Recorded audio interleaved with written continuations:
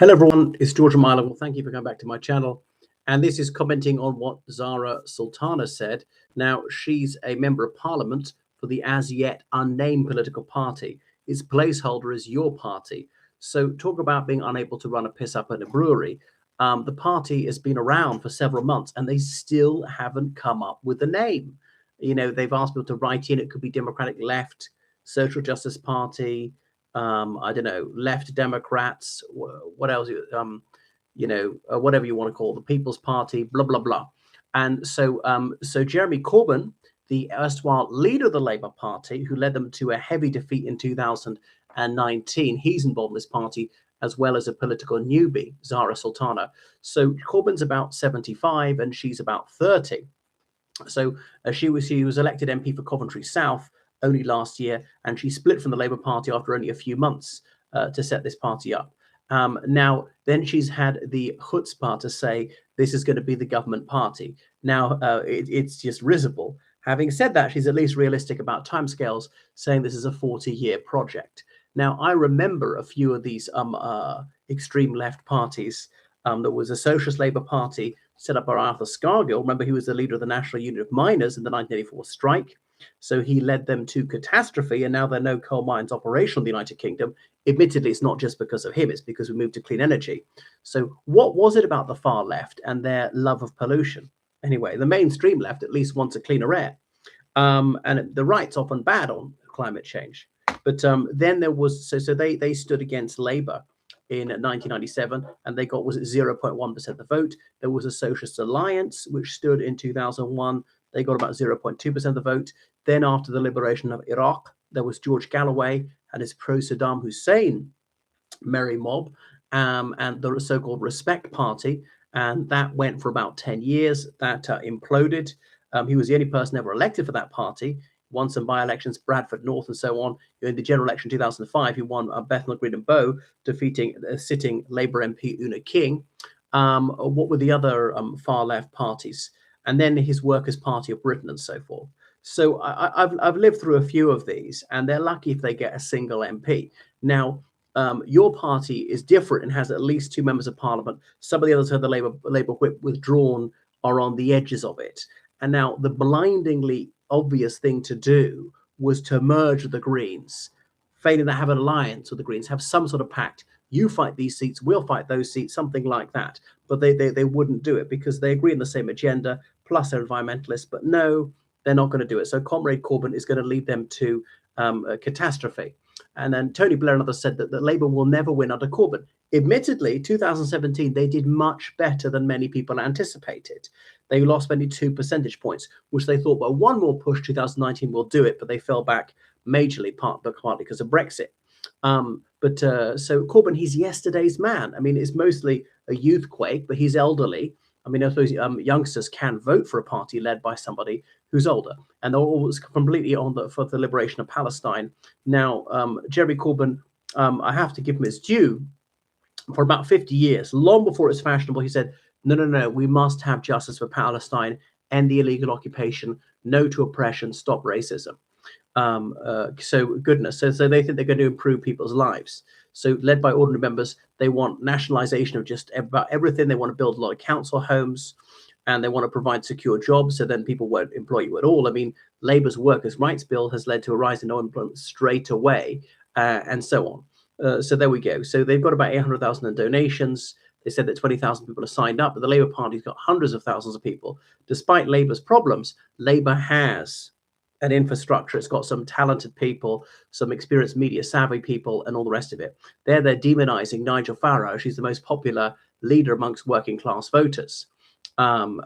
Saying that Labour is against that the Reform Party is against working class communities. Well, I don't see any evidence of that. Against minority communities. Now, I know some Reform MPs have said some unpalatable things, like Sarah Poacher recently. There's a descent into fascism. Well, this really is preposterous. I mean, he's not trying to set up a totalitarian state. He doesn't want to cuddle the personality. He's not trying to outlaw other political parties. He's not trying to stop elections. He's not trying to take away freedom of expression. He's the one who's actually in favor of freedom of expression. He's not trying to end fair trials. This is really ridiculous. And you shouldn't bandy that word around too lightly. You become the boy who cried wolf. People won't believe you if a real fascist comes along. So it is revolting and utterly mendacious that they should resort to such hyperbole. Okay. So I want to take people out of European Convention of Human Rights. Well, that's true, because the ECHR is so often used for evil and against good. So there we go.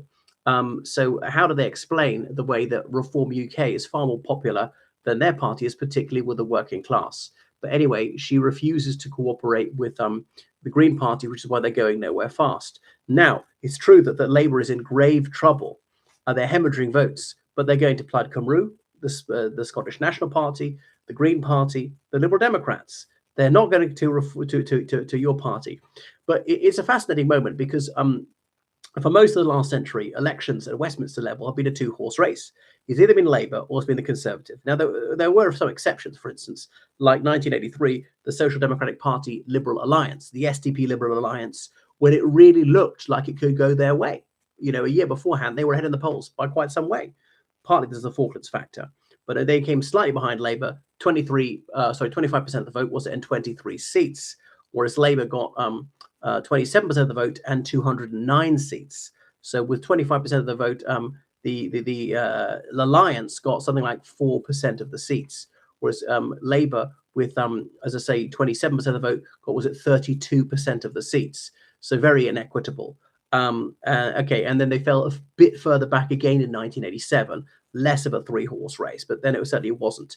And then obviously 2010, the Liberal Democrats were not far behind Labour, 23% of the vote to Labour's 28%. But again, the Liberal Democrats, they only got about 55 seats.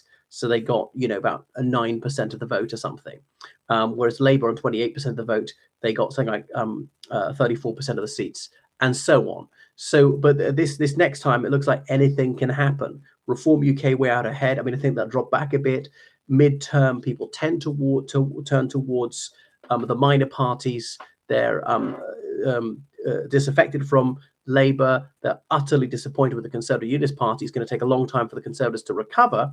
The Liberal Democrats are not really making that much noise. Sir Red Davey, you know, not even doing silly things to attract attention these days, somehow doing all right in the polls.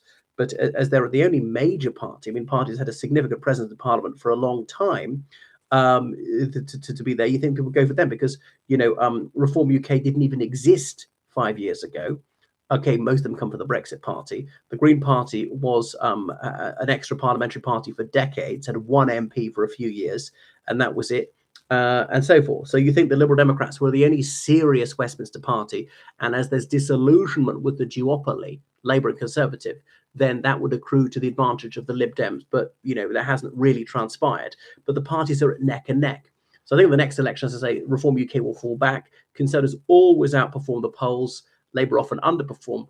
I don't think Labour will do as badly as it looks this time, partly because of a new leader by then. Some of their policies might have come to fruition. And plus, Labour's message, which they're going to ram home relentlessly, is that the only ones can keep Farage from getting the keys to number 10 Downing Street. But the left is so vociferous. When two leftists walk into a room, the first item of the agenda is the basis of the next split. So they're always at each other's throats. You know, they're ideologically point scoring off each other's, particularly Trotskyites like in your party, and they're already scrapping. It's just hilarious. So there's this incompetence, the dysfunctionality of it is just comical.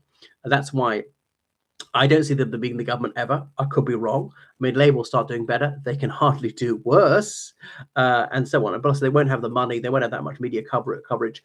Corbyn will go. I mean, how many more years can he serve, honestly, before health or the Grim Reaper call him from his duties? And yeah, then Zarah Sultana, she may well lose her seat next time. What do you think? Anyway, thanks for watching my channel. Make sure you subscribe on Patreon. Donate PayPal, George Callahan at 79@gmail.com. Goodbye.